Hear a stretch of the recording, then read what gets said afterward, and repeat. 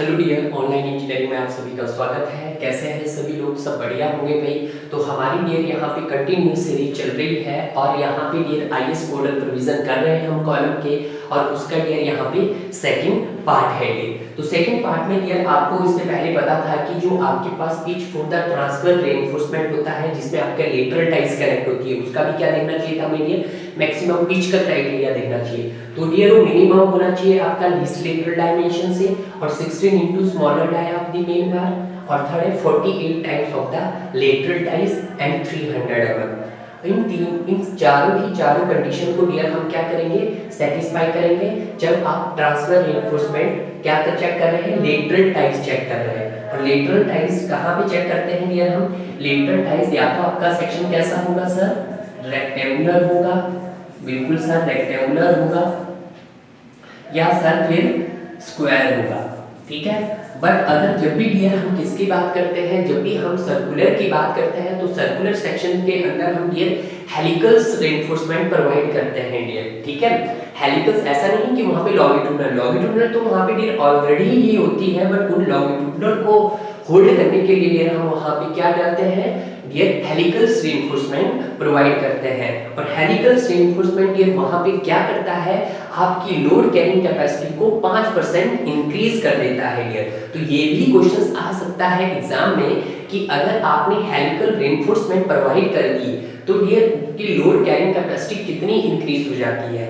तो डियर अगर आपने वहां पे हेलिकल्स रेनफोर्समेंट डाली तो वहां पे लोड कैरिंग कैपेसिटी 5% इंक्रीज हो जाती है डियर। तो आइए देखते हैं डियर अगला जो है हमारा डिजाइन ऑफ द हेलिकल्स रेनफोर्समेंट। तो सबसे पहले तो डियर इसका वो पॉइंट लिखता हूं कि इसका यूज हम करते कहां है।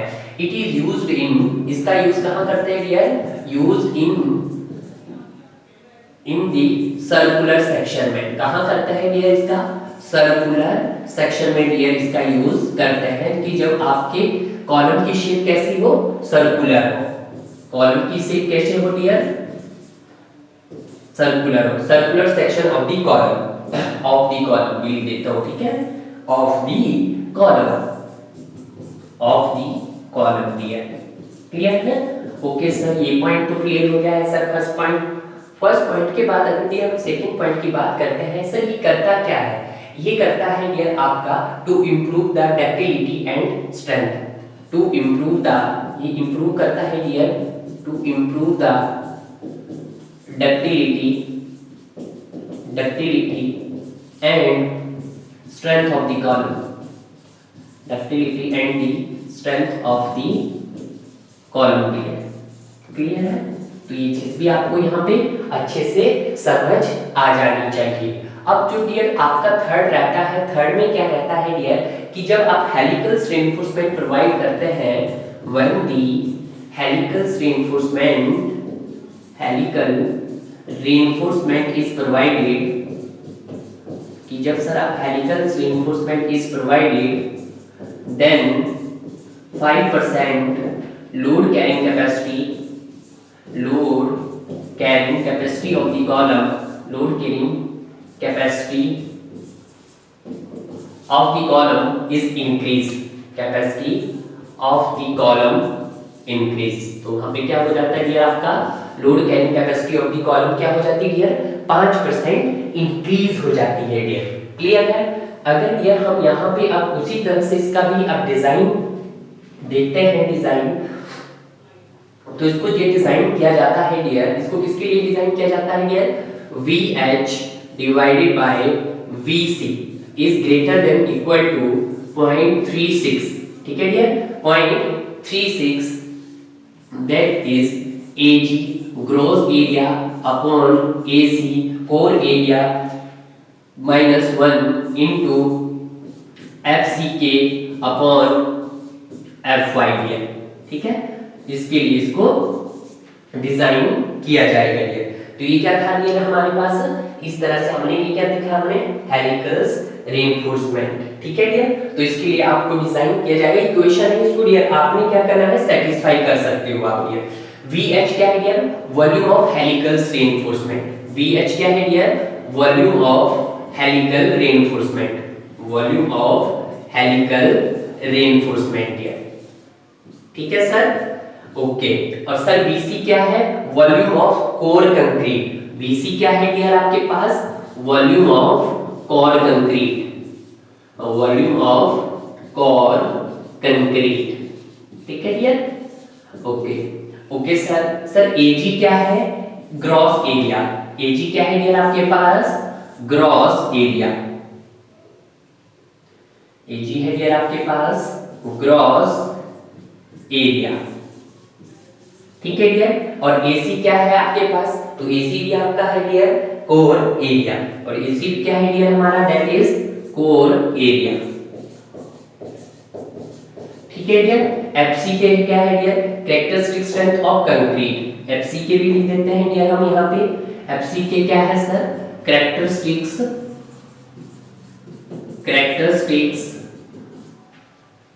स्ट्रेंथ ऑफ कंक्रीट, या ग्रेड ऑफ कंक्रीट भी कह सकते हैं ये, ऑफ कंक्रीट।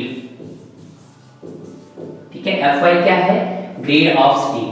तो ज्यादा बेटर रहे grade of concrete and grade of steel लिख दूं डियर, ये ज्यादा बेटर रहेगा। ठीक है? तो इसको मैं ज्यादा अच्छे से लिख देता हूं ताकि आपको कोई दिक्कत ना रहेगी। ठीक है डियर? तो यहाँ पे एफसी के क्या है आपके पास? That is grade of concrete है, ग्रेड ऑफ कंक्रीट है। एंड एफवाई क्या है डियर आपके पास?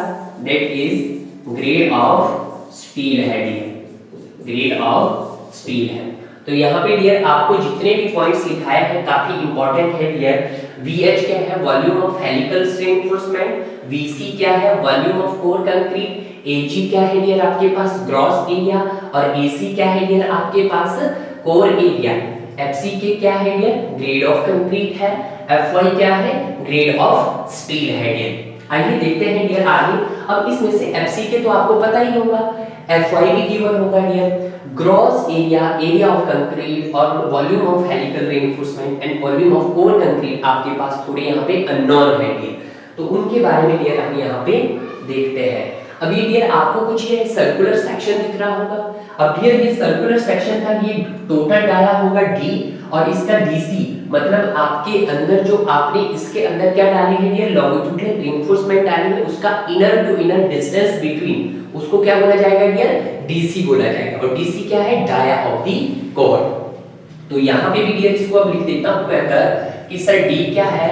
Dia of the circular section, dia of the circular section,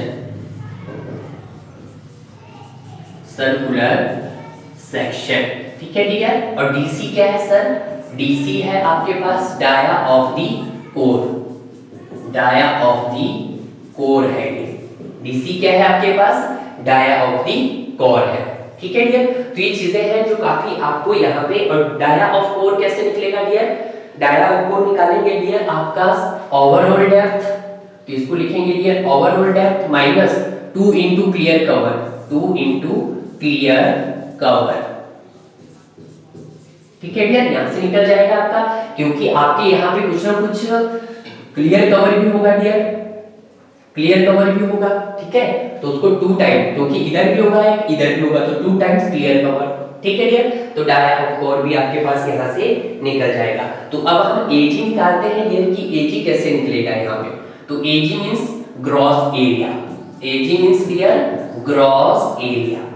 और ग्रॉस एरिया डियर यहाँ पे कैसे निकलेगा? ग्रॉस एरिया यहाँ पे निकलेगा dear pi by 4 is D square. ठीक है? ग्रॉस एरिया निकल गया। अब निकालेंगे डियर हम यहाँ पे कोर एरिया, और कोर एरिया कैसे निकलेगा? AC that is core area, core area. और कोर एरिया क्या निकलेगा डियर आपके पास? पाई बाई 4 इनटू डीसी का स्क्वायर। और डीसी कैसे निकाला आपने? d minus 2 into clear cover dear. Clear है? ये चीज भी आपने यहाँ पे कैलकुलेट कर दी डियर। अब क्या बचा आपके पास? Volume of helical reinforcement, VH। VH क्या है डियर आपके पास? Volume of helical reinforcement, helical reinforcement. तो डियर इसका वॉल्यूम निकालना है डियर, तो ये एक सर्कुलर की सेक्शन में पेरीमीटर की तरह आपको दिखेगा डियर। तो ये कैसे हो जाएगा डियर आपके पास? तो ये हो जाएगा pi into D core, dia of core into pi by 4। ठीक है? Into pi by 4 lateral dies का स्क्वायर। ठीक है, ये तो पेरीमीटर निकलेगा pi into D core. D core आपको डीसी दिया है तो डीसी लिख दूं मैं यहाँ पे, तो ज्यादा बेटर है, डी कोर की जगह DC, D core dia of the core, तो that is DC into pi by 4। और पाई टी मतलब लेटरल टाइज का डाया, तो ये आ जाएगा यार volume of helical reinforcement. Volume of helical reinforcement के बाद यार आ जाएगा आपका VC, volume of core concrete, volume of core concrete, core concrete. और dear volume of core concrete क्या हो जाएगा आपके पास, पाई बाई 4 इंटू, अब देखिए डियर जो यहाँ पे वॉल्यूम ऑफ कोर कंक्रीट की बात कर रहा हूँ, किसकी बात कर रहा है, ये तो आपका पिच हुआ, one spiral to another spiral के बीच इन बिटवीन डिस्टेंस को क्या बोलेंगे डियर, ये आपका ये कोर सेक्शन है। कौन सा सेक्शन है डियर, ये कोर सेक्शन है। ठीक है, तो यहाँ पे कैसे निकलेगा ये पाई बाई 4 डीसी का square into spacing, spacing pitch है, पिच को मैं एसटी से भी डिनोट कर सकता हूँ, तो यहाँ पे मैं किससे कर दूंगा, एसटी से। क्लियर है डियर, तो ये क्या आ गया मेरे पास, वॉल्यूम ऑफ कंक्रीट आ गया डियर। क्लियर है, तो इस तरह से डियर मैंने सारे के सारे जितने भी यहाँ पे हेलिकल्स के थे वो सारे लिख दिए। अब डियर यहाँ पे अगर मैं पिच का क्राइटेरिया देखता हूँ कि सर पिच क्या होती है हेलिकल रेनफोर्समेंट की, तो इसके लिए डियर आपको कुछ कंडीशन है डियर जो सेटिस्फाई करवानी चाहिए। उन कंडीशन को डियर मैं आपको यहाँ पे दिखा रहा हूँ। पहली कंडीशंस क्या है कि जो आपकी पिच है dear should not be more than 75 mm से ज्यादा नहीं होनी चाहिए, पहली कंडीशन है। और दूसरी कंडीशन है 25 mm से कम नहीं होनी चाहिए। ठीक है सर, 75 mm से ज्यादा नहीं होनी चाहिए और 25 mm से कम नहीं होनी चाहिए। और एक और ये भी है कोडल प्रोविजन डियर कि जो P है पिच है should not be more than dia of core divided by 6, ये भी चेक करना पड़ेगा डियर आपको। अगर ये सारी कंडीशन आपके पास सेटिस्फाई हो रही है तो तभी आपका पिच माना जाएगा। ठीक है डियर, तभी क्या माना जाएगा, हमारा पिच माना जाएगा, नहीं तो नहीं माना जाएगा डियर। ठीक है डियर, और लास्ट जो रहता है कि जो पिच है डियर ये तो लेटरल टाइज को भी चेक करना पड़ेगा। यहाँ पे पिच जो होना चाहिए उस केस में dear should not be less than 3 times of lateral ties pi T. ठीक है डियर, तो ये 4 कंडीशन है डियर जो आपको हेलिकल रेनफोर्समेंट के अंदर चेक करते हैं कि जो पिच है 75 mm से ज्यादा नहीं होना चाहिए, 25 mm से कम नहीं होना चाहिए, इन बिटवीन 25 to 75 होना चाहिए। और जो पिच और है डियर वो dia of core divided by 6 से ज्यादा भी नहीं होना चाहिए और 3 टाइम्स ऑफ लेटरल टाइज से ज्यादा भी नहीं होना चाहिए। तो इस तरह से डियर यहाँ से क्वेश्चंस बनने के चांसेस एग्जामिनर अक्सर क्वेश्चन पूछता है डियर। क्वेश्चन ज्यादातर जो पूछा जाता है डियर, पहला देखो यहाँ पे मैंने क्या लिखा, सबसे पहले मैंने आपको बताया कि इसका यूज आप circular section of the column के अंदर करते हैं और ये क्या करता है सर, ये इंप्रूव करता है आपकी डक्टिलिटी को और स्ट्रेंथ ऑफ द कॉलम को इंप्रूव करता है डियर। इस जब हम helical reinforcement when the helical reinforcement is provided लिख देता हूँ dear, is provided then 5% load carrying capacity of the column, 5% load carrying capacity of the column is increases dear. तो वहां पे क्या हो जाता है, 5% लोड कैरिंग कैपेसिटी आपकी इंक्रीज हो जाती है डियर। उसी लिए डियर इसका कुछ फैक्टर्स है जिसको आपको डिजाइन करना हो, चाहे डियर आप वर्किंग स्ट्रेस में डिजाइन कर रहे हो हेलिकल को या लिमिट स्टेट के अंदर डिजाइन कर रहे हो, तो यही फॉर्मूला लगेगा डियर आपका, चाहे आप सर वर्किंग स्ट्रेस मेथड में डिजाइन कर रहे हो चाहे फिर आप एलएसएम में डिजाइन कर रहे हो, यही कंडीशन रहेगी आपका। VH अपॉन VC, VH क्या है volume of helical reinforcement, VC क्या है volume of core concrete is greater then 0.36 Ag upon AC minus 1 into FCK upon Fy। सारे की सारी टर्म डियर मैंने आपको यहाँ पे बता दी है कि D क्या है dia of the circular section है, DC क्या है डाया ऑफ द कोर है, जिसको कैसे निकालेंगे D-2 इनटू क्लियर कवर करके डियर।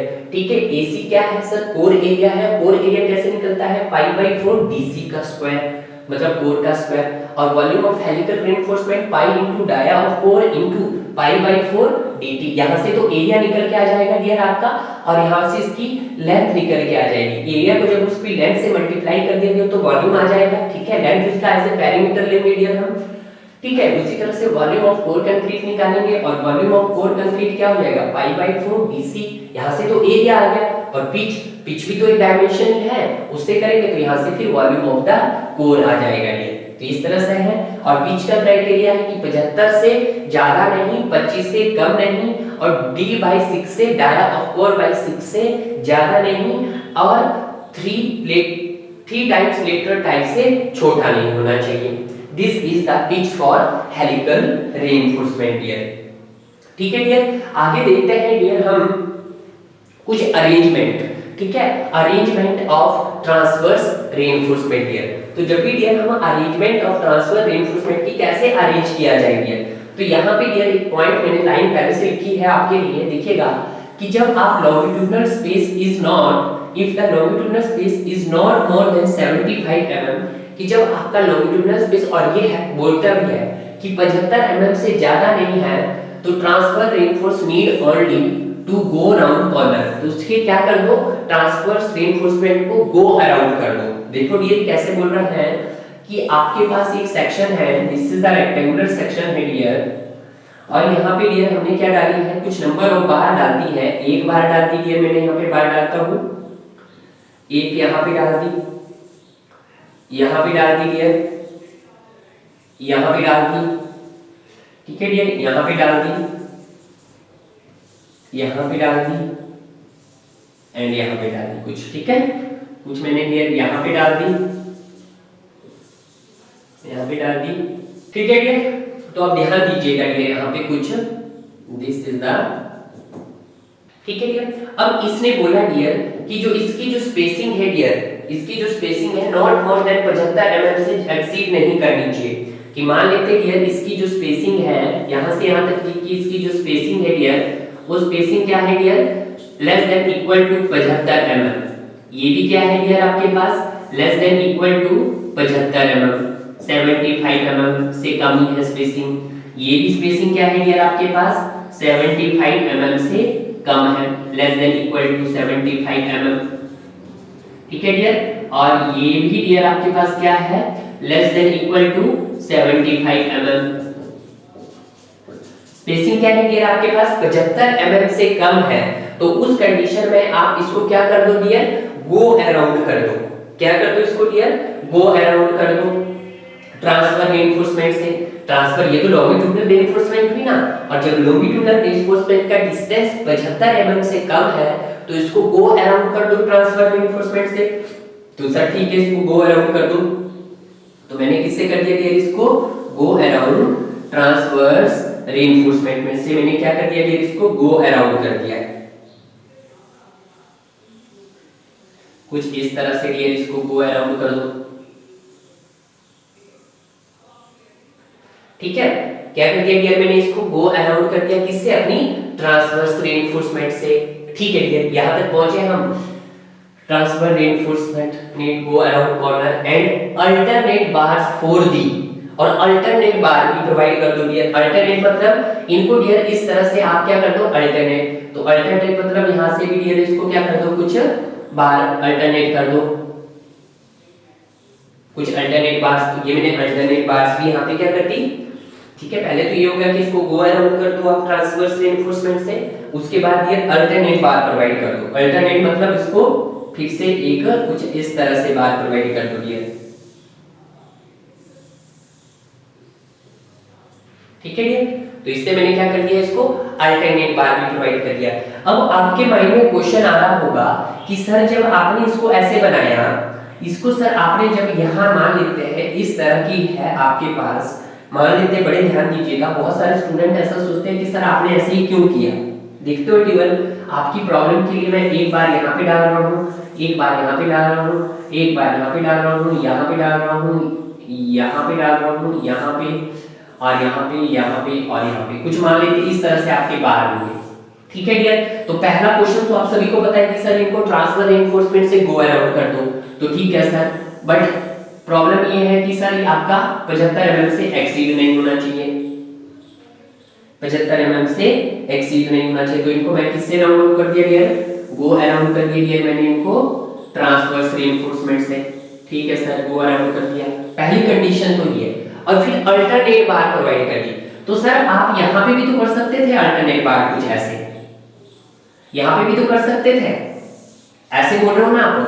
हाँ भाई कर सकते था मैं ऐसे, बट यार यहाँ पे आप सेक्शन क्या हो गया, डिवाइड हो गया।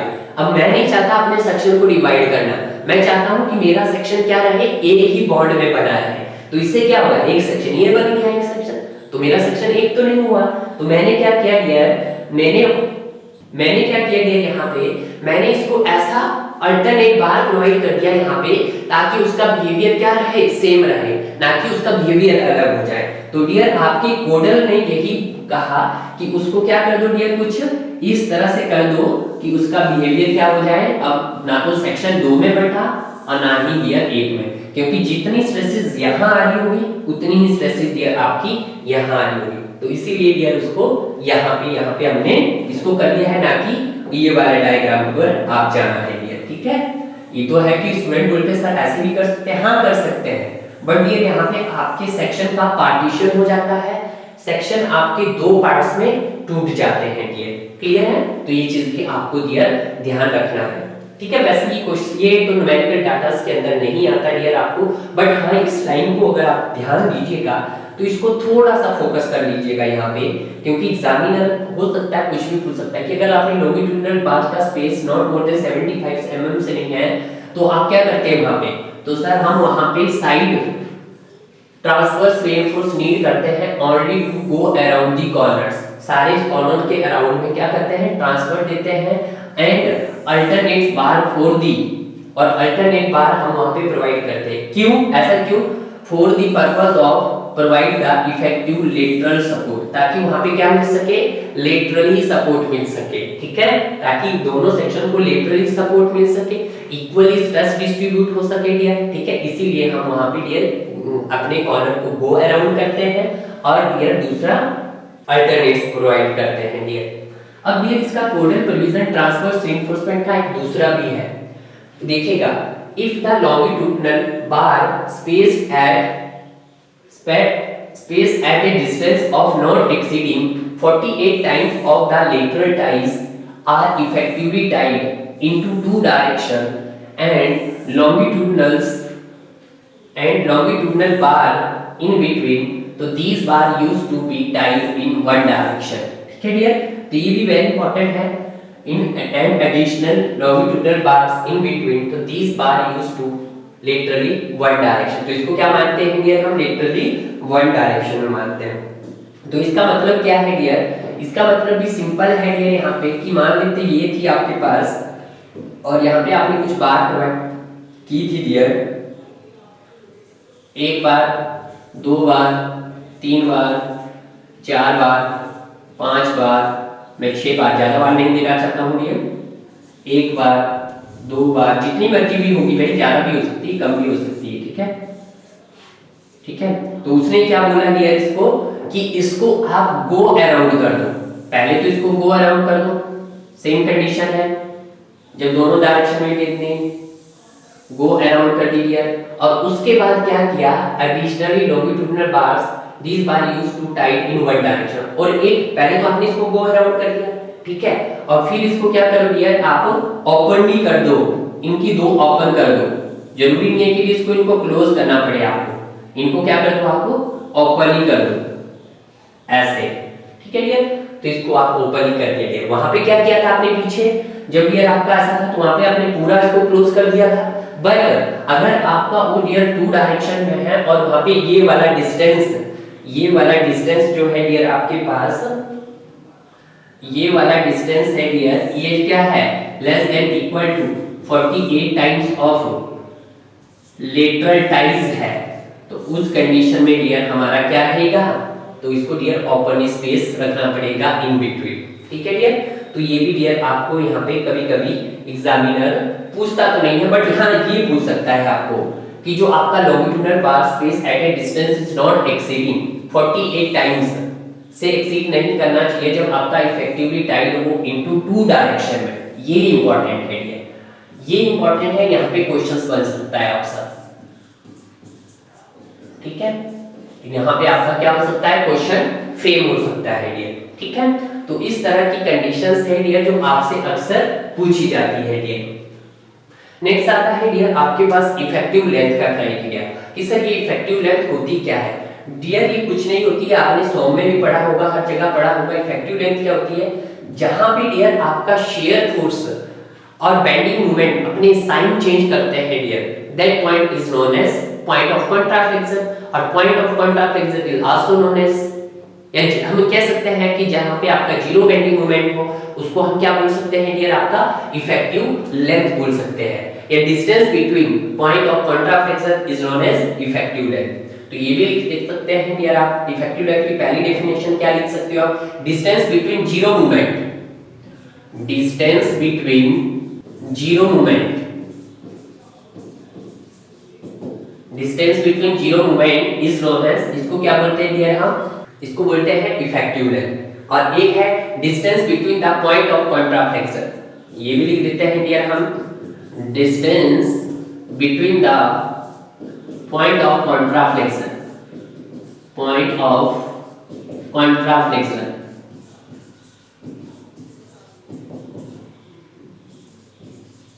पॉइंट ऑफ कॉन्ट्राफ्लेक्शन क्या होता है डियर, जहां पे अपना आपका बी में आपका सेक्शन साइन चेंज करता है dear, that is the point of contraflexure dear. अब देखते हैं डियर इफेक्टिव लेंथ के लिए यहाँ पे डियर कुछ कंडीशंस होती है, ये किस पे डिपेंड करता है डियर, ये एंड कंडीशन पे डिपेंड करता है। Effective length of the column,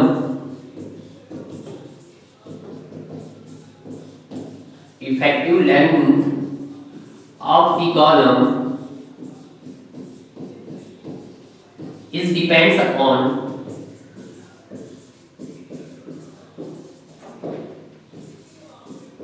depends upon end condition।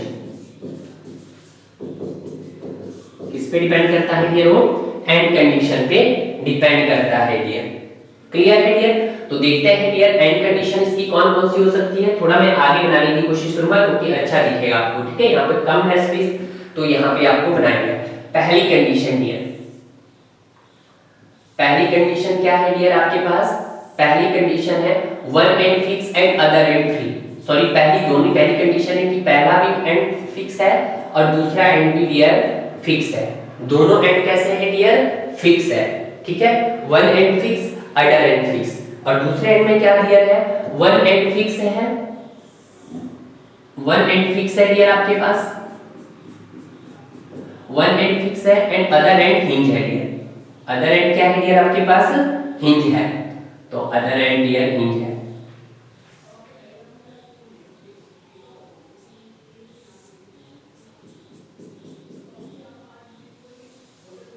ठीक है डियर। तो ठीक है sir, one end fix end other and hinge बोला आपने।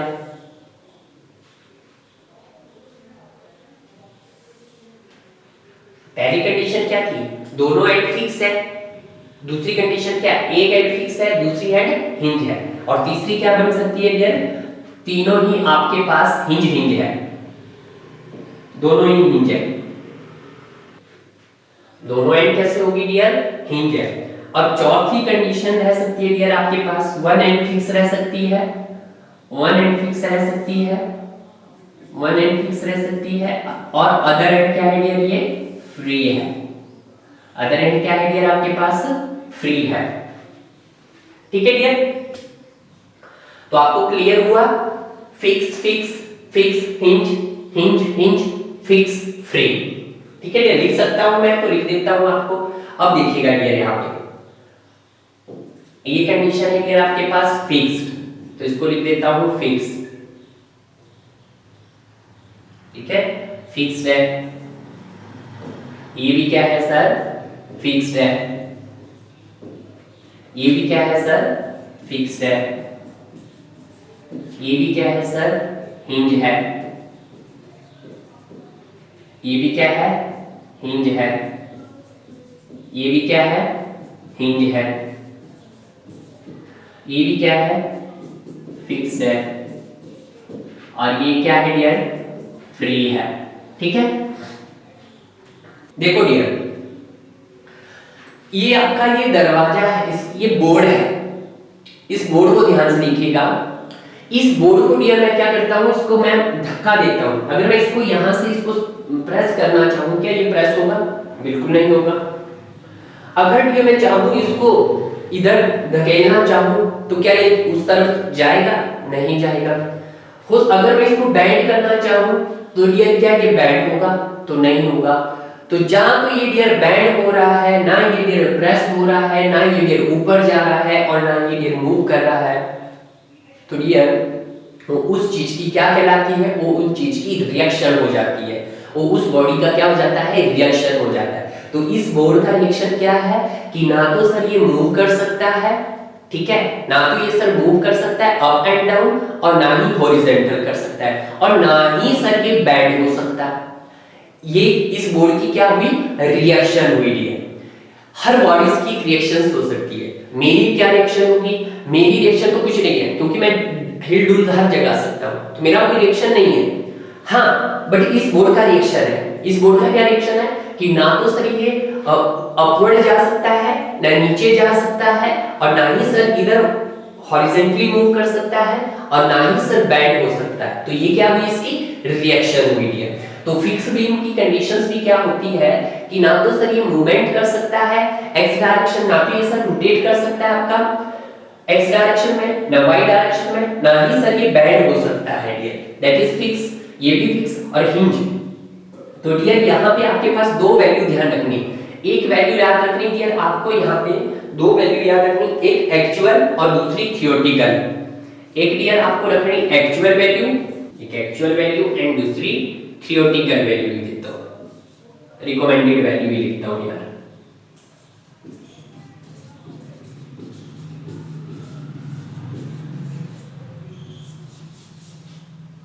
देखिएगा डियर, अब डियर यहां पे बोल रहा है कि फिक्सिबिलिटी है, तो जब दोनों एंड से डियर फिक्स है, दोनों एंड से जब डियर फिक्स है, तो डियर कुछ डिस्टेंस तक डियर वहां पे क्या रहेगा डियर? रोटेशन अलाउ नहीं रहेगा, यानी कि कुछ डिस्टेंस तक डियर वहां पे रोटेशन अलाउ नहीं रहेगा, कुछ इस पॉइंट तक, कुछ इस पॉइंट तक, ठीक है डियर, कुछ मूवमेंट रहेंगे, और उसके बाद वो क्या करेगा डियर? कुछ रोटेट करना स्टार्ट करेगा। उसी तरह से डियर जब यहाँ पे तो कुछ 90 डिग्री पे रहेगा डियर यहाँ पे, और वहां पे पॉइंट ऑफ कॉन्ट्राफ्लेक्शन है, that is POC, point of contraflexure, और इसका पीओसी। मतलब जो आपके पास फिक्स एंड लगता है उसका पॉइंट ऑफ कॉन्ट्राफ्लेक्शन कहां पे लाई करता है? उसके बिल्कुल स्टार्टिंग पे नहीं, थोड़ा सा डिस्टेंस, मतलब थोड़ा सा डिस्टेंस कवर करने के बाद वो अपना पॉइंट ऑफ कॉन्ट्राफ्लेक्शन लाई करता है डियर, एग्जैक्ट नहीं। बट जो हिंज होता है उसका कहां पे करता है? जहां से वो डियर रोटेट करना शुरू कर देता है। तो जहां से उसने रोटेट करना शुरू कर दिया डियर, तो वहां पे हो गया हिंज पे भी डियर, वहां पे हो गया, तो दैट इज यहां पे हो गया डियर, ठीक है। अब dear one end fix end other end free, तो वन एंड फिक्स, अब भाई ये पूरी तरह से फ्री है, तो ये इस तरह से मूव कर सकता है और इधर भी मूव कर सकता है, ठीक है, वो भी मूव कर सकता है और आपका डाउन भी मूव कर सकता है। तो ये क्या हुई डियर इसकी टोटल? यहाँ पे भी डियर इसका कुछ ना कुछ पॉइंट ऑफ कॉन्ट्राफ्लेक्शन होगा, यहाँ पे क्या होगा इसका डियर? पॉइंट ऑफ कॉन्ट्राफ्लेक्शन, और इसका डियर पॉइंट ऑफ कॉन्ट्राफ्लेक्शन होगा। ये पॉइंट भी क्या है डियर? Point of contraflexure. ये पॉइंट भी क्या है डियर? Point of contraflexure. ये पॉइंट ऑफ कॉन्ट्राफ्लेक्शन, ये भी पॉइंट ऑफ कॉन्ट्राफ्लेक्शन, ये भी point of contraflexure. The distance between point of contraflexure is called effective length, तो इसको क्या बोला जाएगा डियर?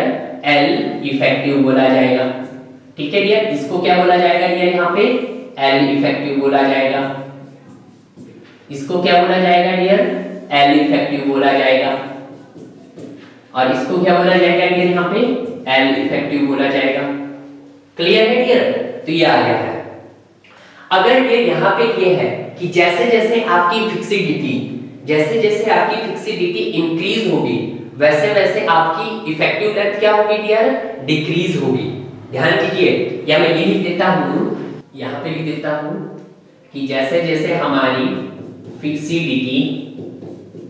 फिक्सिबिलिटी डिक्रीज हो रही है, वैसे आपकी dear effective length L effective क्या होनी चाहिए? बढ़नी चाहिए। और जैसे जैसे मान लो अगर आपकी फिक्सिबिलिटी इसका उल्टा हो गया, फिक्सिबिलिटी इंक्रीज हो गई, तो एल इफेक्टिव क्या होना चाहिए आपका? डिक्रीज होना चाहिए डियर, ठीक है। ये इंपॉर्टेंट पॉइंट है, ये आपको देखना। तो यहाँ पे देखो दोनों एंड से फिक्स है, इनकी फिक्सिबिलिटी ज्यादा है, इसकी फिक्सिबिलिटी कम है, इसकी फिक्सिबिलिटी इसके कंपैरिजन में और कम है, इसकी तो कम बहुत कम है, ये तो पूरा रोटेट कर रहा है डियर, ठीक है।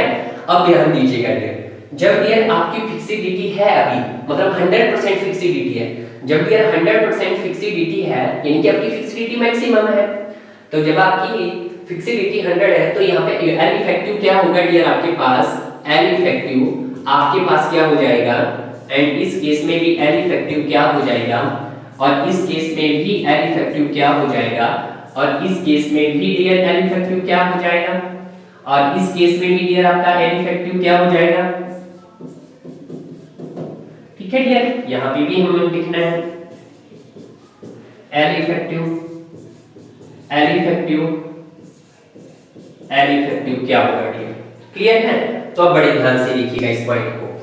अब देखिएगा डियर, इस केस में आपने वैल्यू याद रखनी, दैट इज L/2 रहेगा डियर, L/2 रहेगा, और इस केस में क्या रहेगा डियर आपके पास, वन एंड फिक्स है, अदर एंड डियर आपका हिंज है, तो इस केस में क्या रहेगा, L effective/√2, L effective/√2 रहेगा डियर। ठीक है, अब डियर जो तीसरी कंडीशन है डियर, यहाँ पे क्या रहेगा आपके पास, L effective L रहेगा डियर, और यहाँ पे क्या रहेगा डियर, दैट इज 2L रहेगा डियर। तो इसको डियर सॉल्व करेंगे तो ये क्या हो जाएगा, L effective is equal to 0.5L, और ये कितना हो जाएगा डियर, 0.707L समथिंग ऐसे ही आएगा डियर, 0.70 समथिंग ही रहेगा आपके पास। ठीक है, तो इस केस में भी that is L effective is equal to L and L effective is equal to that is 2L।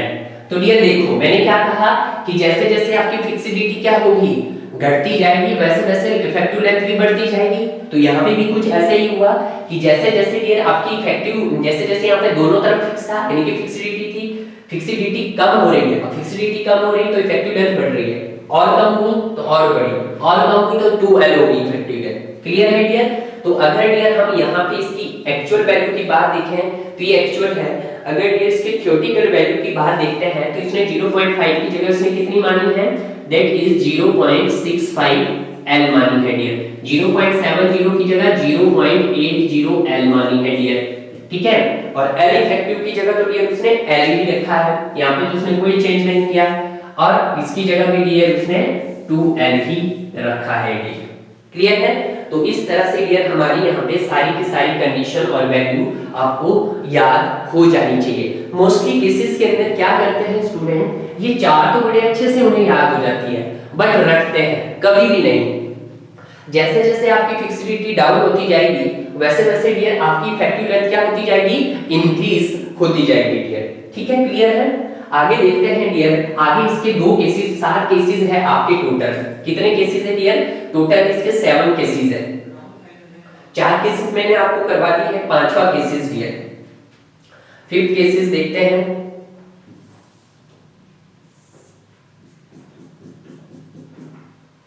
Six cases देखते हैं dear, and dear 7th cases देखते हैं।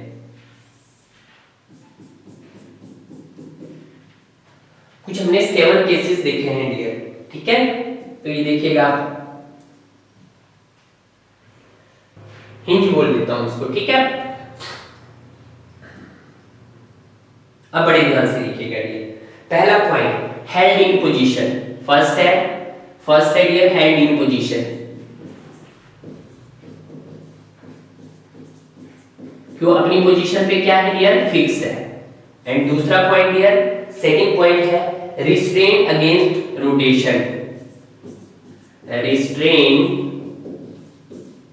Against rotation.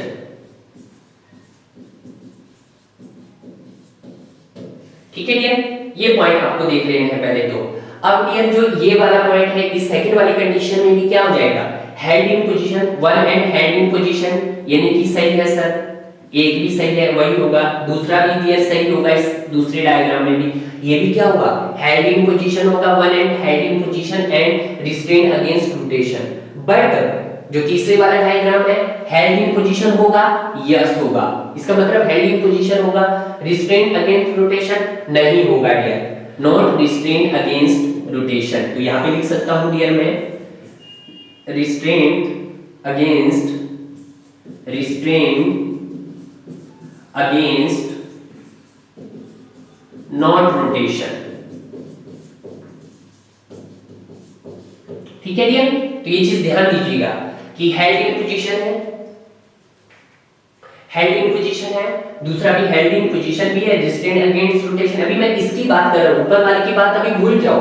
और इसकी भी है one end is held in position और उसी एंड को बोल रहा हूं मैं restrain against rotation. One end in position held in position, restrain against rotation, and one in held in position and restrain against non rotation.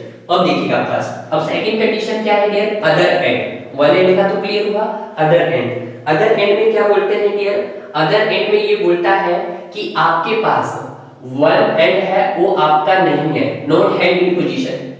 ए का मतलब है क्यों है, क्रॉस का मतलब क्या हुआ कि वो पोजीशन पे हेल्ड नहीं है, और दो का मतलब क्या हुआ कि रिस्ट्रेन अगेंस्ट रोटेशन, कि रिस्ट्रेन अगेंस्ट रोटेशन है ये। ठीक है डियर, उसके बाद दूसरा वन का मतलब क्या हुआ कि नॉट हेल्ड इन पोजीशन, यानी कि जो ऊपर वाला हिस्सा है वो हेल्ड इन पोजीशन भी नहीं है, और टू है डियर वो पार्शियली रिस्ट्रेन अगेंस्ट रोटेशन है। वो कैसा है dear, partially restrain against rotation. दूसरा लिख देता हूं मैं डियर, पार्शियली रिस्ट्रेन। ठीक है, और तीसरे में क्या है डियर, ना तो डियर वो हेल्ड इन पोजीशन है और ना ही डियर वो रिस्ट्रेन अगेंस्ट रोटेशन है। अब ये पूछेगा कैसे आपसे एग्जामिनर बोलेगा कि one and held in position and restrain against rotation but other and not held in position, not held in position and restrain against rotation. यहां पे भी आप इसको पढ़ना चाहो कैसे पढ़ सकते हैं, one and held in position and restrain against rotation and other and held not held in position, cross का मतलब not held in position but partially restrain against rotation. ठीक है डियर, तो क्या होगा इफेक्टिव लेंथ। इसी तरह से इसको कैसे पढ़ेंगे, one hand held in position but restrains against not rotation and other hand not held in position and not restrain against rotation. तो उस कंडीशन में डियर आपकी इफेक्टिव लेंथ क्या हो जाएगी, तो डियर इस केस में आपकी इफेक्टिव लेंथ जो हो जाएगी, आपको कोड में जो डायरेक्ट दी है that is 1.2 L end dear दूसरी जो हो जाएगी आपके पास L effective is equal to 1.5 L end इसमें हो जाएगी dear L effective is equal to 2.0 L dear. Clear है, तो इस तरह से ये चीज आपको पढ़नी आनी चाहिए, इसलिए मैंने आपको ये बोला। अब दोबारा से मैं एक बार फिर रिवाइज कर रहा हूं आपको कि one and held in position है तो other and not held in position है। अगर यही एंड रिस्ट्रेन अगेंस्ट रोटेशन है तो अदर एंड भी रिस्ट्रेन अगेंस्ट रोटेशन है। इसको भी पढ़ सकते हैं सर कि one and held in position comma restrain against rotation but other and not held in position but partially restrain against rotation. तो क्या होगा 1.5 पर इसको पढ़ेंगे dear, one and held in position comma restrain against non rotation but other and not held in position and non restrain against rotation. तो क्या होगा 2L होगा डियर। तो इस तरह से डियर जितनी भी आपके यहाँ पे कोडल प्रोविजन डाटा जो बनते थे डियर वो आपको डियर ऑलरेडी मैंने यहाँ पे कंप्लीट करवा दिए हैं डियर। अगले वीडियो में डियर आपको डिजाइन करना सिखाऊंगा short column and long column dear. Okay dear.